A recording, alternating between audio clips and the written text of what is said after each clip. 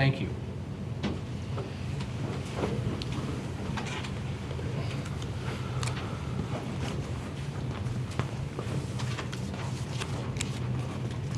All right, first on the agenda are the minutes from past meetings. To consider and act upon the minutes of regular meeting July 1, 2015. May I have a motion to accept? Motion to accept. A second. Second. Any comments or edits to the minutes? No. Are we ready to vote on them? Yes. Mm-hmm. All in favor? Aye. Minutes pass. Next up, appointments. To hear, consider, and act upon the following appointments. Do you want to take these as a group, or do we want to do those one at a time? Well, maybe one at a time would be good. Okay. Is that okay with you? Sure, whatever you want. All right, first up is the Ethics Commission. This requires a unanimous vote of the Board of Selectmen and also approval by the RTM. First, David G. Bothwell, Republican, 235 Shoreham Village Drive, for a term of 7/15 through 7/17. This is to fill a vacancy for Martha S. Brooks, whose term expired. May I have a motion to accept? So moved. A second. Second. Any discussion from the board? Is Mr. David Bothwell? here? Oh, hi, David. Do you mind coming up? Sure. If you just come up to the podium, and if you haven't done so, you can talk to us. The camera will catch you up, and there's a mic on the podium, so you can just speak normally, and that will take care of that. Did you have a question? No, I mean, we had a chance to chat briefly, but could you just tell us a little bit about yourself and why this commission specifically interests you? Sure. I am an attorney. I've been an attorney for approximately 20 years now. I practice primarily criminal defense law. So when I saw I had read an article in one of the papers that the town was looking for people, and I thought the Ethics Commission might be a good fit just because I deal with ethical issues pretty much on a regular basis in what I do. Some of the things that my clients say to me pretty regularly causes certain ethical concerns. So I thought I might be a good fit just based on my background. I moved here to Fairfield, my wife and I, in 2008. We have 2 children and 1 on the way, and Fairfield's become our home. We're very happy here. Our kids love it here. I said to Mr. Kiley on our phone conversation that my kids know the town better than my wife and I, and they are extremely happy here. So I've been thinking about, since we moved here, about serving, and I thought it was the time was right when I saw that the town was looking for people. So I'm happy to help, and hopefully we'll be approved. And Any follow-on questions? No, thank you very much for your service. thank you. Mr. Kiley? David, thank you for volunteering. It was great talking with you and hearing about your background.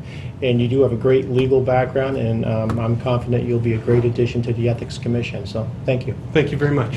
Just like to point out that Mr. Bothwell, along with the other 2 candidates, hasn't had a lot of experience in working at various town boards, and this is part of our reach-out effort to reach beyond the usual suspects, if you will, and bring in some new people into the town government, into our town boards and commissions. Our volunteers on boards and commissions are extremely important to this town. We could not get everything done that we do without, and we couldn't afford the skill set that people bring to the table. So it's a pleasure to have people like yourself and the other volunteers here step up and volunteer their time, literally just to get back to the community and help Fairfield be a better community than it would be otherwise. So I want to thank you for your time there. Any comments from the audience? From the public? All right, back to the board. Are we ready to vote? Mm-hmm. All in favor? Aye. Aye. Mr. Bothwell, congratulations. Congratulations. Thank you. Great. Thank you Congratulations. so Thank much. you. I really appreciate it. Thank you. Look forward to it. And we still have the RTM meetings to go, and Jen will keep you updated on those. All right. Next up, Janice Carpenter, Republican, 144 Harbor Road, for a term of 7/15 to 7/17. This is to fill a vacancy for Thomas J. Drew, whose term expired. May I have a motion to accept? So moved. A second. Second. All right, Ms. Carpenter? I'm here. Here you are. There Thank she you. is. She's up there. Quick. You moved. I was like, wow. That's not Ms. Carpenter. Any questions from the board? Again, it was a pleasure speaking with you today. Thanks for stepping up and volunteering. You have a very interesting financial background that I think the town can benefit from. Would you like to add any thoughts in terms of why this appeals to you and what you think you can bring to the table for the town? Only that my name is Jan Carpenter, not Jen Carpenter. That I'm caused a- nice, but I'm not that nice. Right. That did cause a little bit of confusion in our office. It always does, it always does. Why is Jen scheduling an appointment with me? She can talk to me anytime she wants. But I'll do it, right? I actually volunteer for the state of Connecticut. I am a member of the Investment Advisory Council, which is a council that advises the treasurer on the investments for the public pension funds. Yeah. So it's a very interesting board. It's very labor intensive. We meet once a month, and there's a lot of prep work that needs to go into that. I'm still a member. My term is expired, but as I understand it, you continue to serve until they find somebody else or get tired of you. So I've been looking for another volunteer opportunity at the local level, and was happy that this came up, and I think my financial background fits in with this board. We will let you off the hook for suggesting that the pension board is labor intensive. Any further questions from the board? Most definitely. Yes, as Mr. Tetro mentioned, we could not operate our government with the tons and tons of volunteers that we have who give their time and their service and their expertise and time away from their families to work for the town. So thank you very much for that. You do have a great background. And I will share one comment that Jan made to me when we were talking, and this will ring home for you. Jan has watched the Board of Finance on television, and we both come from that board. So, and one of the comments that she made was when she watches the Board of Finance or goes to a meeting, when you see the meeting going on, there's 9 individuals up there who care about the town of Fairfield, who are working hard, and unless you know them or know who they are, you would not know what party they're from, based on their comments and based on how they conduct themselves, which is a tribute to them, but it's also a keen observation by you when you're looking at evaluating people and situations and things that might come before your board, so I was very impressed by that. Thank you. Thank you. Any comments from the public? Seeing none, back to the board. Any further comments from here? I would just point out that I thoroughly enjoyed our conversation also, and looked at your resume, and it was good to share some experiences from that. So Absolutely. again, thank you for your interest in serving our town. Are we ready to vote? Yes. All in favor? Aye. Aye. Thank you, and Thank you. congratulations. Congratulations. For your support. Next up, Loretta J. From 116 Rolling Ridge Road for a term of 7/15 to 7/17. This is to fill a vacancy for David P. Schmidt, whose term expired. May I have a motion to accept? So moved. A second. Second. All right. Ms. She is Jim? on vacation at the moment, okay. so I know I spoke to her over the phone. Kevin, you did as well?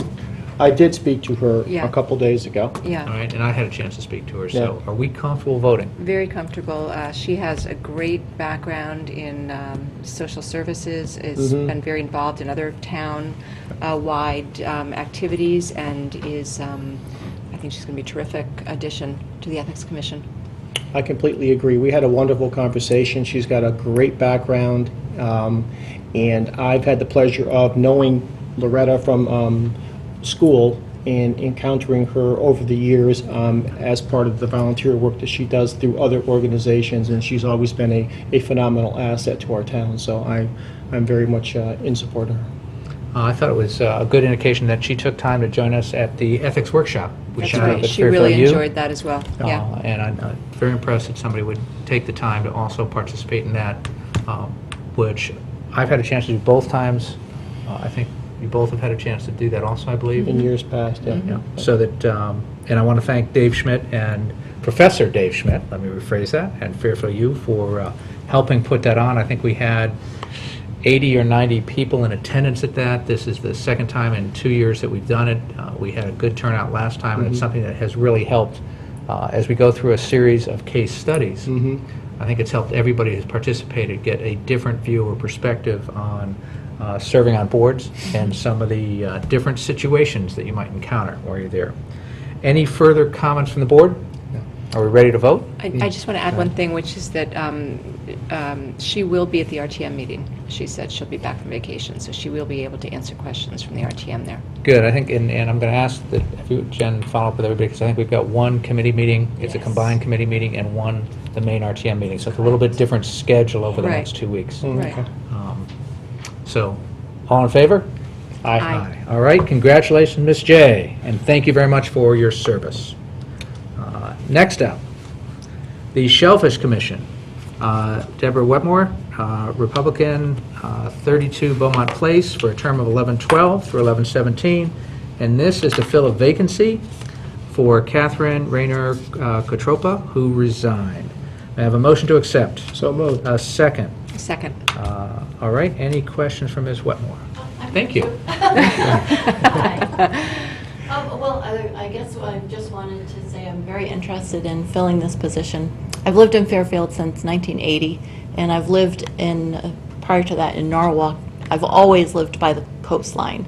So I have fond memories of my dad taking me clamming, teaching me, how to respect the environment and just family time too, bonding with my dad. So I have a great affinity for clamming, and I'm always very interested in the waters, the condition of the waters, with how we're improving the sound, the waters that are going into the sound, the rivers, the marshways, and I just found it very exciting. I participated in the clamming event, even though I've been a clammer, since 1980. This is the first time that I was called upon to teach other people how to clam in an official capacity and bring in my dad's clamming rake to share with other families. And I had mentioned to Bob, how do you get involved with the clamming commission? And he's like, well, we just happen to have a vacancy. You should come to one of the meetings. So I did attend last Wednesday's clamming commission meetings. That was really interesting.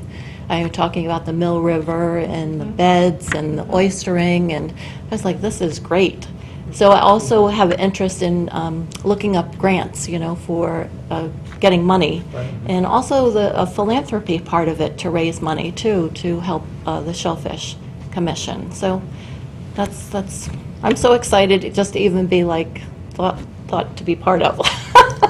Well, No, thank you very much. fantastic. And it's interesting you mentioned clam rakes and growing up and clamming. And having grown up here, we had a chance to do that when I was a kid. And I think it's great. And I never understood or appreciated all the work involved in keeping our clam beds alive and well. And I've got to compliment the entire commission, and I hope you'll work with them to keep this alive, which is the clamming event you just talked about. I think that was is so great. cool that we kind of pass the torch to the next generation. But one of those things that is very special about Fairfield in terms of being able to do that and get a better appreciation for how all of our bodies of water interact from Mill River to Long Island Sound. So Definitely. I think I'm looking forward to doing that in future years. I hope you will find a way to help support that and keep that Oh, rolling. you betcha. And thank you for being interested in our commission. Any Thank you. comments from my colleagues? No, I'm thrilled that you're so enthusiastic, that you're passionate about this area, and again, we look forward to great things. Oh, yes. Thank you. Every time I go down to the beach, I'm always talking to people about even horseshoe crabs. A lot of people don't know they're endangered, how to lift them up, how to put them down. You don't play with them. And so, it's beyond shellfishing. It's, the whole kit and caboodle. Coastline environment. Yeah. So thank you for Okay, your whoop, consideration. Don't go yet. Don't go yet. Mr. Kyle, any further comments? I want to thank you for volunteering, and I share your enthusiasm for protecting our shellfish and our environment and our beaches, and it sounds like you'll be a great addition to our commission. Thank you. Oh, thank you. All right, are we ready to vote? Any Yes. further discussion? We are. Any comments from the public? All right, back to the board. Any further comments? All in favor? Aye. Aye. Congratulations, Ms. Westmore. Thank you very much for your volunteers. Thank you. All right, next up, we have some very special recognition. We have a group in town called Band Together. And I'm going to ask Mr. Vigorito to come up and tell us a little bit about the group. I think, I'm going to say most people, and I don't know if that's entirely correct, but it's got to be darn close to correct, because I think every group that is a not-for-profit in town, every kind of charity event that's out there, somewhere in recent history has had your group come forward, put on a concert, and raise money. There are probably more people out there thankful and grateful for the efforts that you put in and made it such fun to get there. Yeah. And thank do you for that. that. And I think we all have, I know I've got a number of very great memories from concerts that you have put on that I won't go through and share here.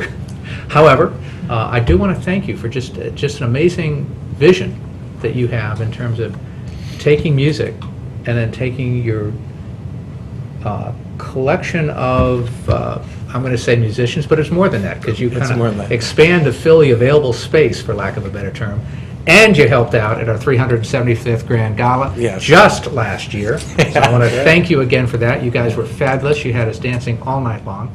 Appreciate that. Jerry, can you both introduce yourself, tell us a little bit about your group? Sure. I'm and your Jerry efforts. Vigorito. I know Mike pretty well. I don't know the other two. And I'm the co-founder of Band Together. If you've seen that logo, that's who we are. And Band Together basically is a loosely held group of talent and musicians that puts on concerts for local charities. We go out and we raise commitments of funds for these charities. And we put on a concert, sell tickets, get the musicians, and then whatever funds we raise go to the charity that's served. We are, in September, embarking on our 50th event. And we have passed the $1.5 million mark, which when we first started this thing, we never even thought we were going to be anywhere near that. And our last concert, which was primarily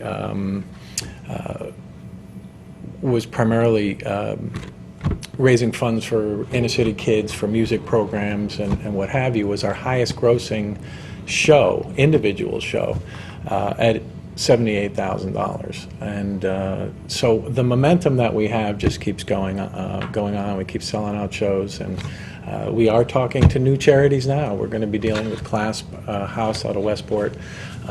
Ludlow has Sticks and Veterans, or Sticks. We're just talking to them. Sticks for Soldiers. Yes, they approached us and they want to do something, so that's possibly going to be a November show.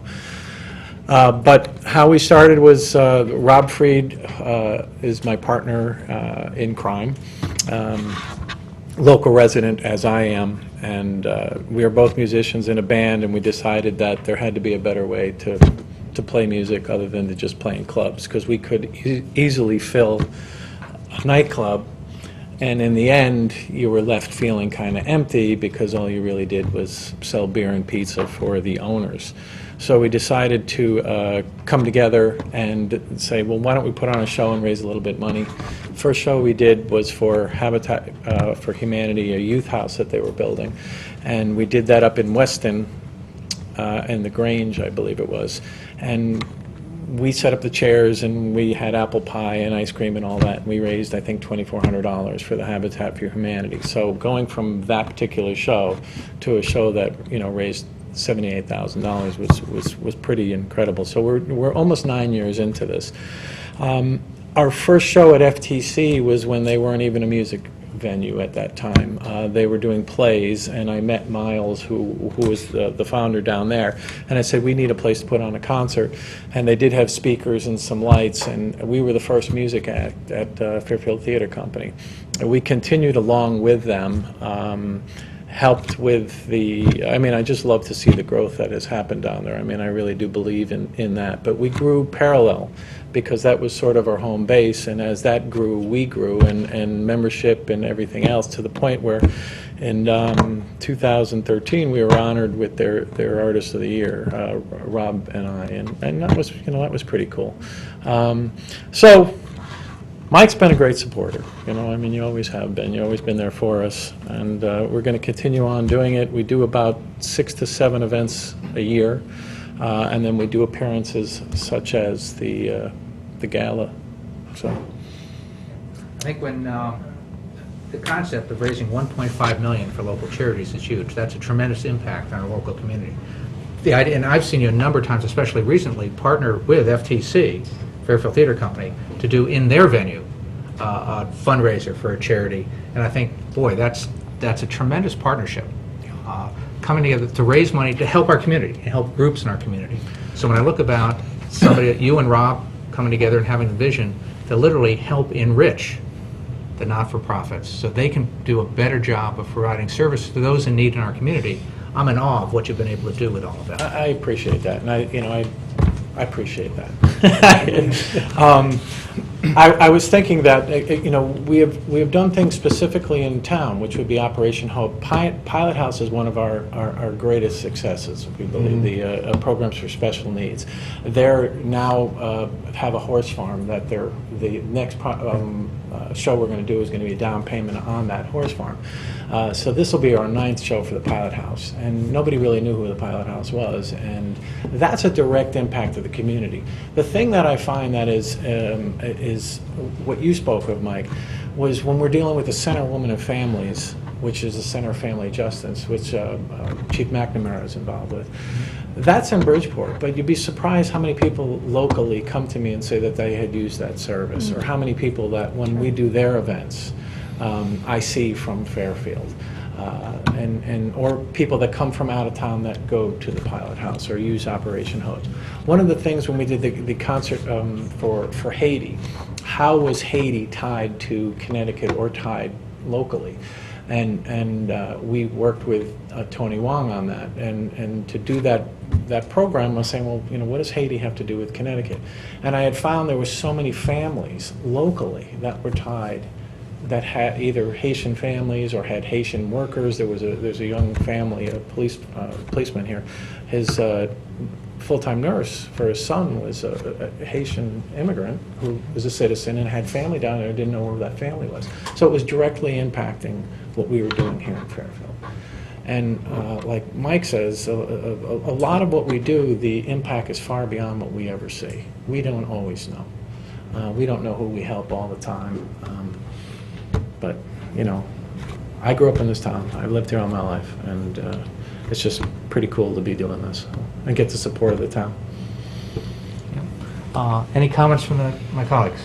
It's such a unique model. I'm curious if what you're doing here in Fairfield has impacted other communities, that they're looking at what you're doing as a musician and trying to kind of model the success. Charity concerts are not a unique concept, and we certainly didn't invent it. I will tell you that I don't know anybody else in the country that is doing the amount of events that we do on the regularity that we do, with the amount of musicians, because we bring in all different musicians for themed shows. We were doing a British Invasion. We also had the Latin Dance Party, the Motown show, and now we're doing this Rock of Ages thing. The point is, we plan these things out a year in advance usually, and farther, usually a year and a half out, and we generally will partner with the charities, and it's the charity that's really using us as a platform to raise their own funds. We go out and get commitments from our supporters, so what they end up doing is they send the money to the charity. Right. And then that pays for any expenses that we have. So it's a really win-win model. We're not incorporated. We're not a 501c3. We are really, truly, grassroots unit. But if you look around, I don't know any other group that is doing this type of, this many events in the course of a year. It's mind-boggling when we think about it. And it takes a village. It really does. It's, I have a lot of fun doing it. But we need a lot of people to help. So, Kevin, any thoughts? I'm just so impressed. I've been to your concerts before, specifically the ones for the Pilot House, and the crowd was excited, the music was fantastic, money that was raised was put to great use to help so many kids and so many people who live here in our town. So it's the $1.5 million, it's incredible what you have done for our town and for our charities and for our people, and I just can't thank you enough. I appreciate it. Thank you. All right. And then, Jerry, for your band, for you and Rob, we have a proclamation from the town, and we'd like to step out and officially hand this to you. Absolutely. Well, that's cool. This I didn't expect. There you go. Okay. That's what I didn't expect. Did not expect that. Can I hold my bumper? Yes, you can. Absolutely. There we go. Yep, we'll get it on there. Who am I looking at? Jen and Jen. Hold on, I'm sorry.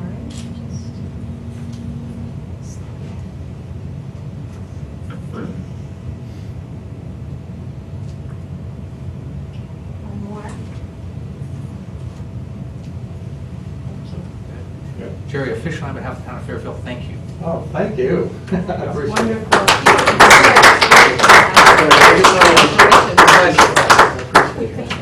you.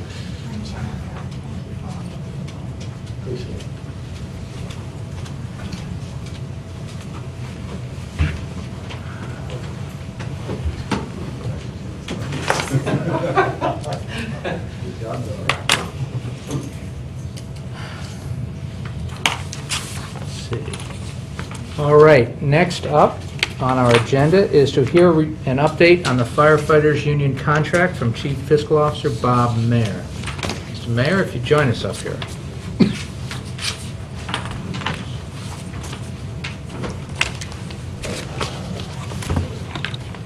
Good afternoon. Mr. Mayor? And I guess just, if I could, just set the stage on this. We have a tentative agreement signed by the Firefighters Union. This will be officially presented at the RTM meeting later this month. So the Board of Selectmen does not vote on this, but we're taking advantage of this opportunity to update the board on the details of the contract. So this is not being presented for our review and approval. It is being presented as an update, so the Board of Selectmen is informed of what's going on, but the official vote from the town side will take place at the RTM meeting later this month. Mr. Mayor, the floor is yours. There's a lot of information here, and not really sure how much of it you want. How much of it I brought with me. Might be another issue.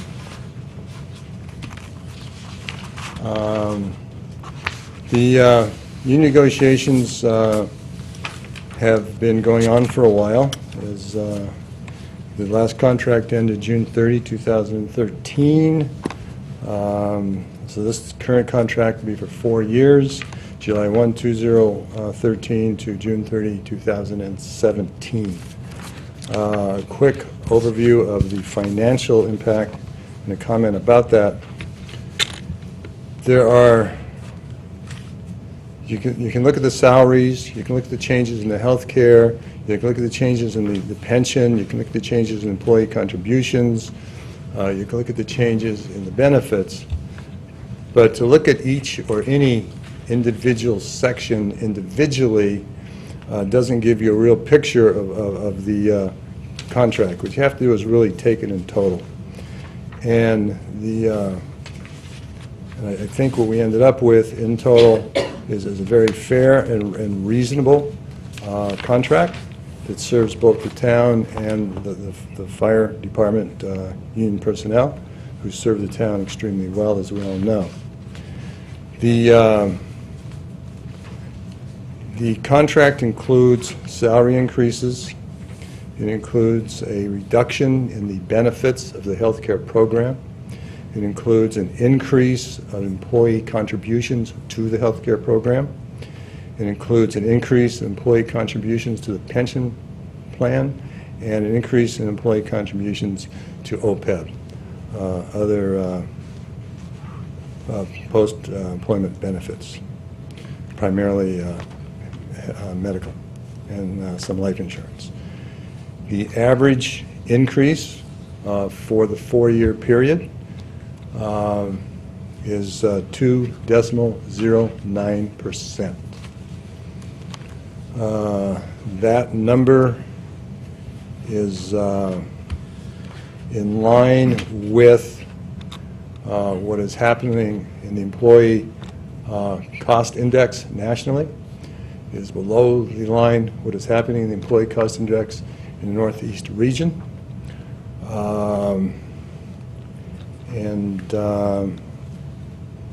Is also less than what we're seeing on average in other towns in the state of Connecticut, as presented by the by CCM, the information they provide. So it's definitely a fair deal to the town. It's a fair deal to the union, I believe, as well. It continues to the strength of and strengthens the pension plan. It continues to strength of and strengthens OPEB, and it gives them a reasonable salary increase each year of 2.49%. The salary increase is paid retroactively. The pension and health care and OPEB increased contributions are not retroactive, but the average 2.09% incorporates the retroactivity and the non-retroactivity. So that's a true all-in inclusive number. In addition to the financial impact, there was some work rules and governance rule changes.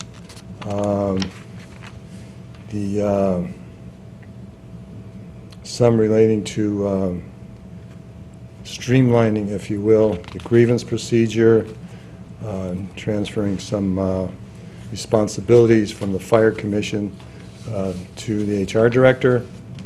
The probation period for new hires extended from 6 months to 12 months, because really by the time a new hire comes aboard, goes to training, and gets on the job, it's 4 months.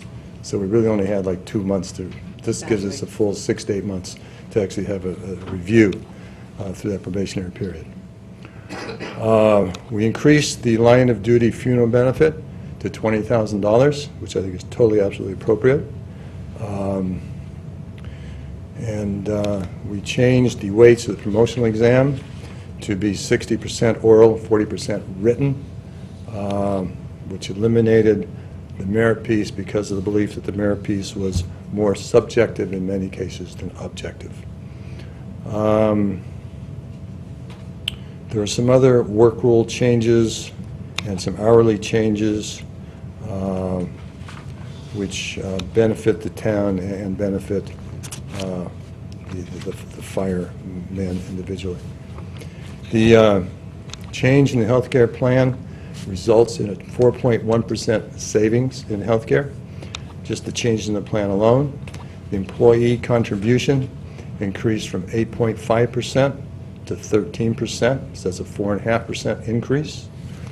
The OPEB increase went from 1.5% employee contribution to 3.25%, and the pension contribution increased from 4.5% to 4.75%. That's kind of an overview, fairly complete overview, but are there any questions? Go ahead. Go ahead. Can you translate for us the, you mentioned a 4.1% savings in healthcare, and then the increased contribution from the employees to OPEB. Can you translate that into dollars for us? If you look at the last page of your handout, There we go. That's the cost analysis, participation revised PPO. correct.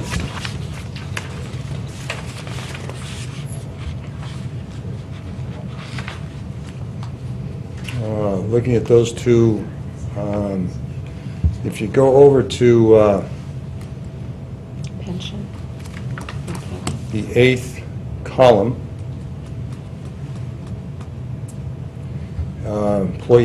one titled Employee Contributions, you That's see that the right. employee contributions to the health plan increase from current approximately $170,000 per year to double, approximately $321,000 per year.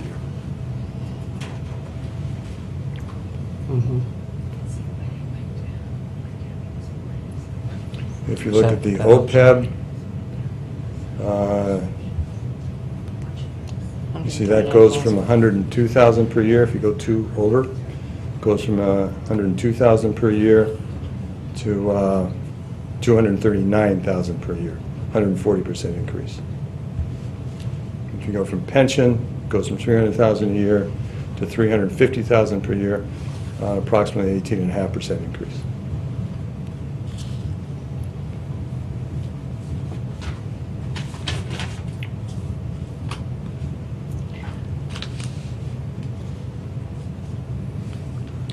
Conley, any questions? To follow on to Sheila's question, the plan design itself lowers the premium for everyone, right? Is that the 4.1 that you're referring Plan to? design lowered, given the same utilization, et cetera, Right. lowered the cost of the health care,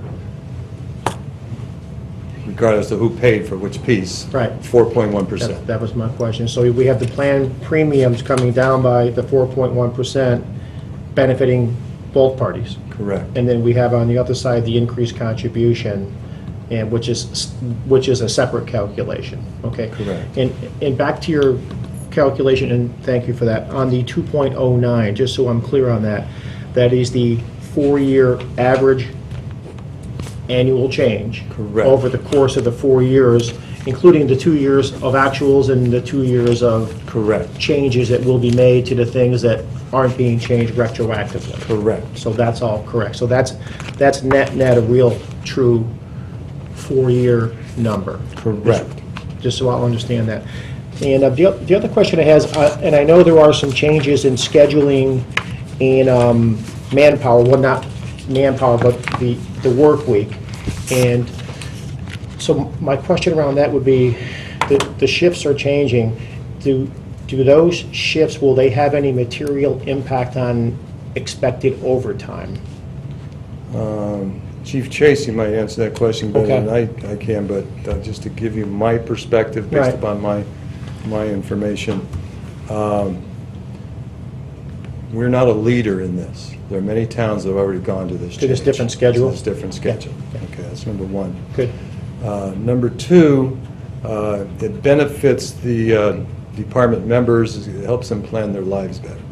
And number three, it, based upon the towns that have implemented this in the past, it's my understanding that there are savings in sick time and other areas, Okay. which saves in overtime. Good. Is I Is completely that pretty concur. accurate? That's- Okay, good. I just didn't, I couldn't quite visualize how the change in schedule might affect overtime, one way or the other, right? But it looks like it'll be relatively even, and you'll have some savings in other areas. There might even be a couple of extra hours. Yeah, I was gonna say- Oh, you want, if you want. Chief Tracy, if you just come up so that you can be heard on the mic. Absolutely. Like Our the expectation. earlier days of your career. Oh, yeah. As president of Local 1426 in this regard, our expectation, and during the negotiations, the documents that we were using indicate that there is relatively zero sum in the change in the schedule. Okay. There may, in fact, anecdotally, we've heard, be a reduction in the use of sick leave, as Mr. Mayor mentioned. But apart from that, we don't expect it, and we do have a mechanism to review it so that should there be outcomes that we didn't project, we can reevaluate. great. Thank you for Thank that. you I both. appreciate that very much. Yeah, one of the things we're doing is we're going to, together, the town and the fire department, with the union, we'll develop a matrix of expectations and Yeah. operation, and we'll see how it all goes. We expect it to be very successful. Can you just comment, I saw this in the police contract as well, that the HR director kind of replacing the Board of Fire Commissioners, kind of in terms of, in many aspects. What's the history to that, or what is that driven by? I'll let Mary Lease respond to that. That is also consistent with the way most other contracts are written when you have a professional HR department. The language where commissioners did grievances is old language, and we've moved from that. It requires bringing an attorney sometimes to a meeting at night, bringing staff in at night, working with the union. It just gives us a great deal more flexibility because your paid staff can be here anytime to meet with their paid staff, and meetings are much easier and more professionally based in the daytime. So. If I can expand on that a bit, we know what it's like to schedule us for a meeting. When they're within the grievance procedure, there are specific day requirements that things will be responded to in 10 days and 14 days.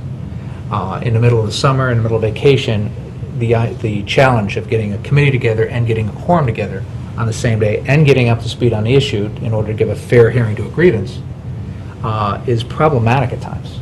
And so it's not being fair to the union, it's not being fair to the town in terms of having a balanced discussion on that. And So the- this the other part is- allows us to respond quicker to those issues so that it's not a function of going back asking for an extension. It has all the information. The attorneys can meet directly with Mary, our Human Resources Director, and it just allows for the whole process to move quicker.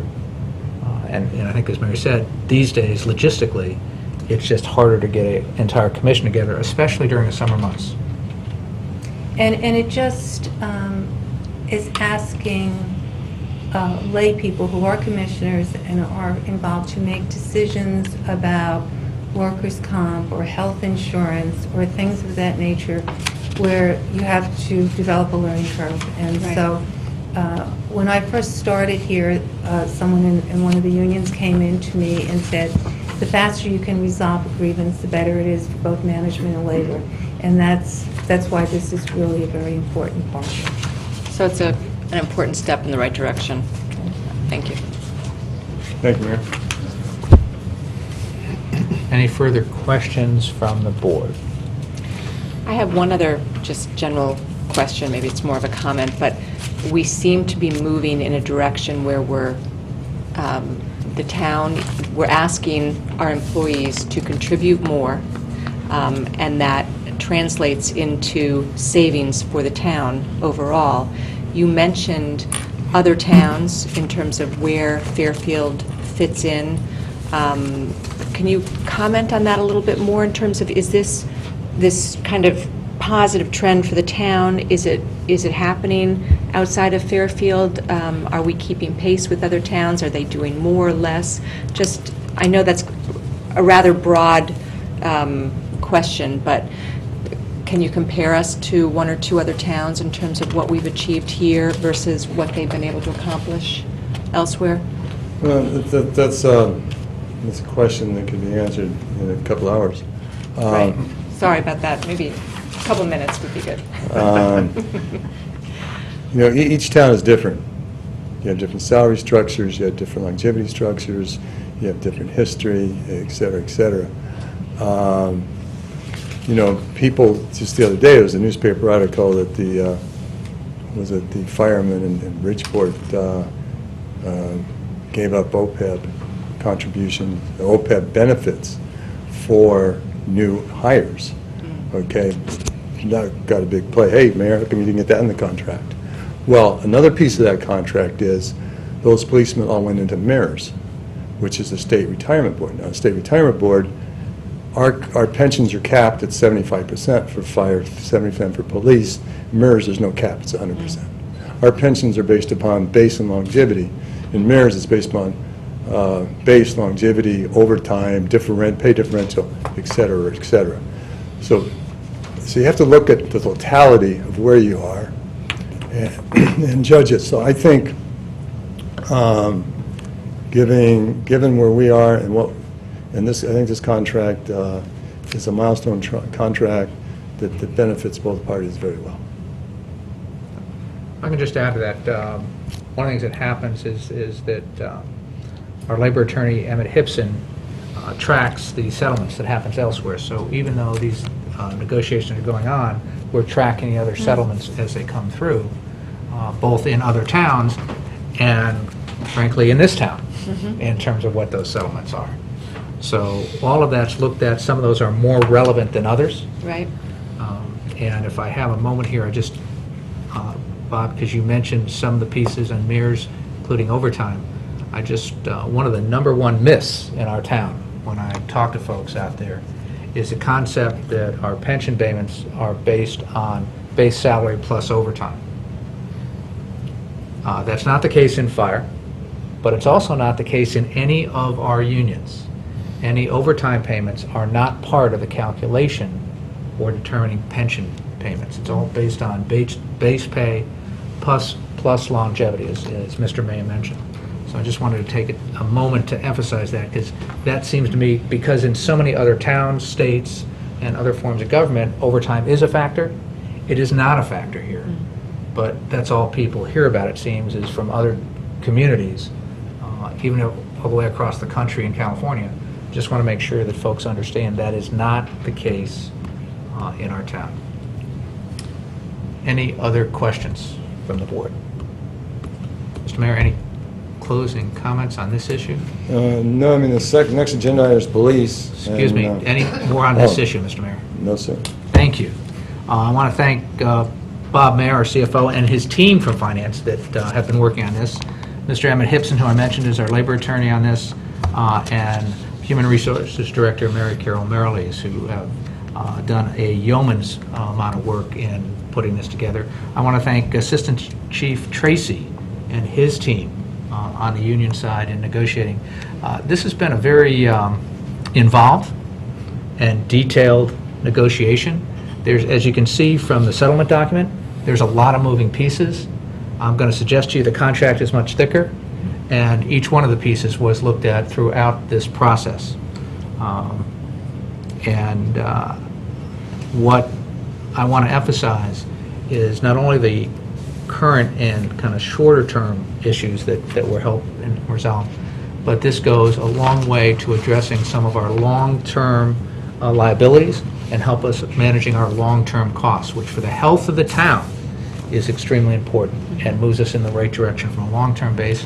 I want to thank the union membership as well as union leadership for both recognizing that and working with us. It wasn't easy, as you can tell from the amount of time it took, but it did get us to a good place, I believe, for our employees, our firefighters, as well as the town.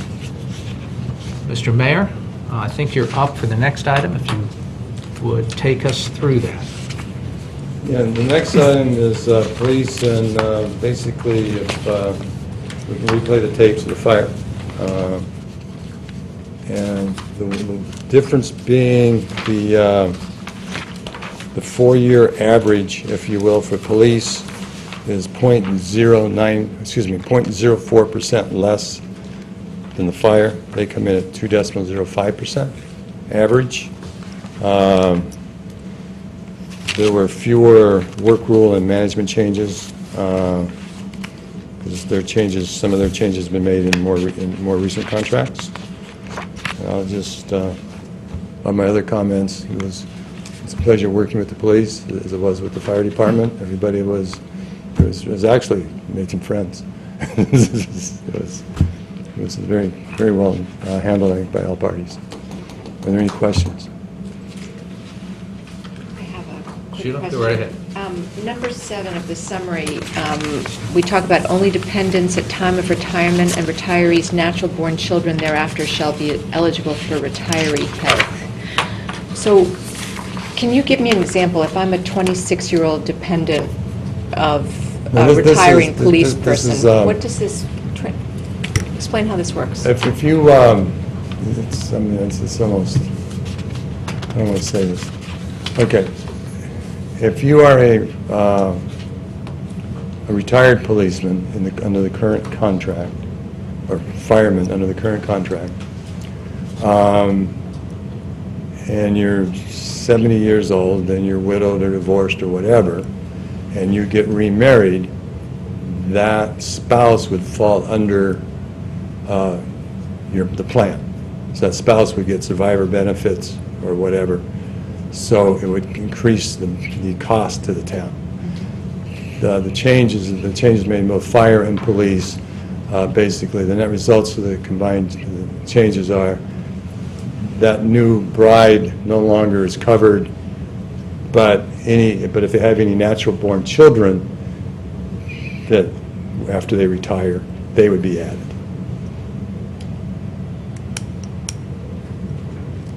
You okay with it? Yeah, no, I remember this came up a number of years ago at the RTM level, and there was some, movement towards making some changes in this direction. What I'm confused about is the retiree health.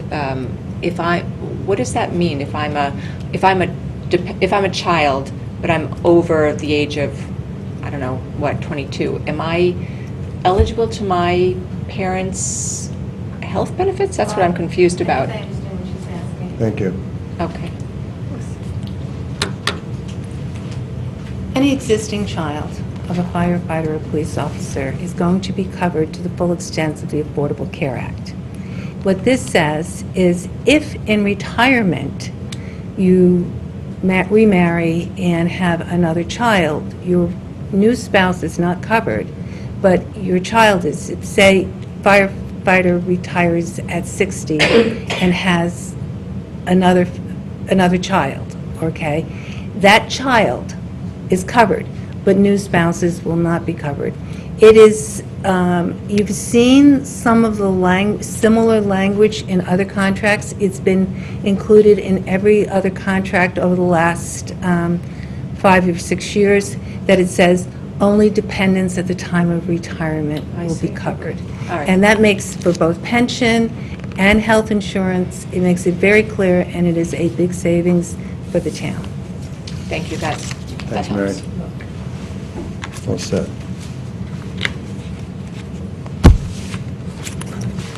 Mr. Fowler, any questions? No, that was very helpful because I had a very similar question on that, so thank you for that. I'm good. And once again, the same calculation, the 2.05 is net, 2 years, 4 years. Okay. All right, then. No, I think that's, We good? yeah. All right, Mr. Mayor, again, I want to thank you and your team, Attorney Hipson, Ms. Merles, for helping out on this, and I want to thank the police union leaders, as well as the members of the police union, for working with the town to help us both come up with something that's a reasonable compromise for now, but also, again, addresses the long-term liabilities and puts the town in a much better position in the long term. And that's been something that we've been working hard on for the past 4 years. So thank you again. All right, my pleasure. Thank you. Thank you. Thanks.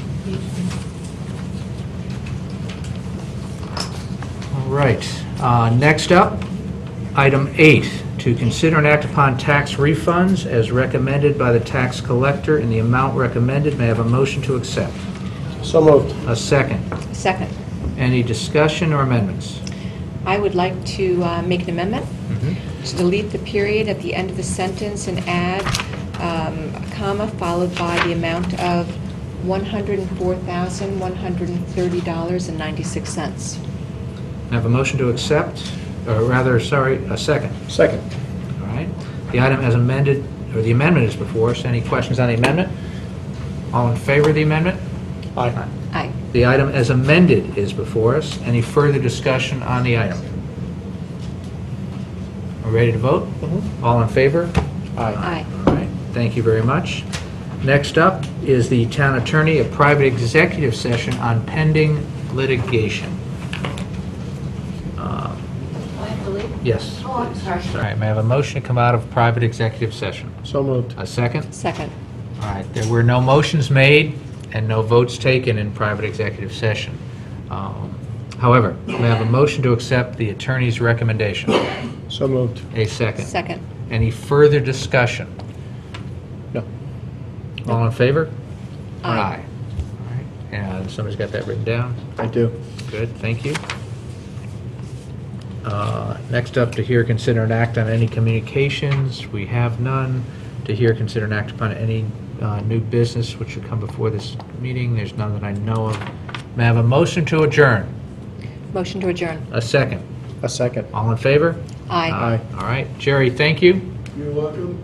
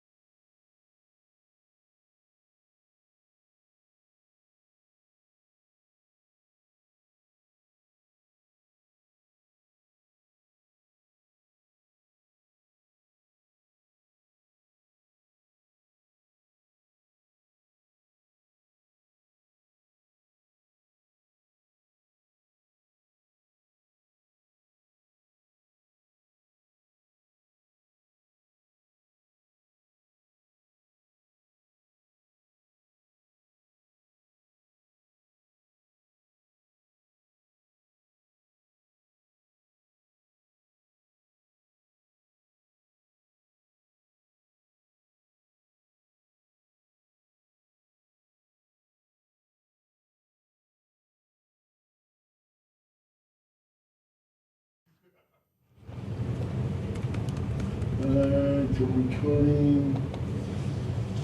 Just a second.